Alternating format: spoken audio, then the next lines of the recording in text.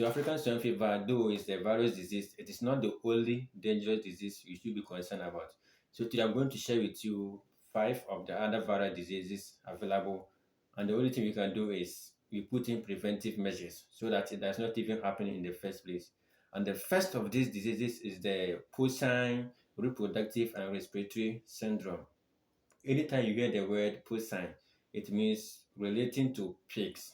And then the syndrome means a group of symptoms and signs that go together. Maybe a fever and then headache, they move together. That's a syndrome. The moment you find one, the other one is following automatically. So this porcine reproductive and respiratory syndrome could be one of the major reasons why your female pig is not being able to get pregnant or is not even able to give birth.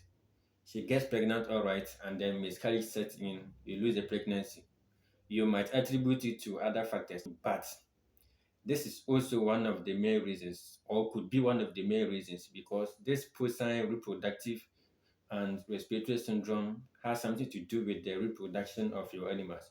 So it affects the breeding stock, which is the boar and then the sow.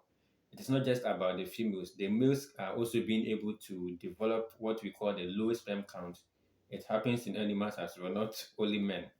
And we have, as a result of this disease, also they develop no interest in the opposite sex. So low libido is something also common with this very disease. And these are just signs and symptoms for you to get to understand them better. But in terms of the females, they can get pregnant all right at times, but you lose the pregnancy in the middle of it. For some too, they don't even get pregnant at all. You might feel that your sow is a bad sow, or the mating was not done successfully, but everything was on point. How they're supposed to mate is what they did. The only thing is that the disease entered and interfered with the female system, and now it has stopped the pregnancy from developing or leading to miscarriages, which you get to see in your farm.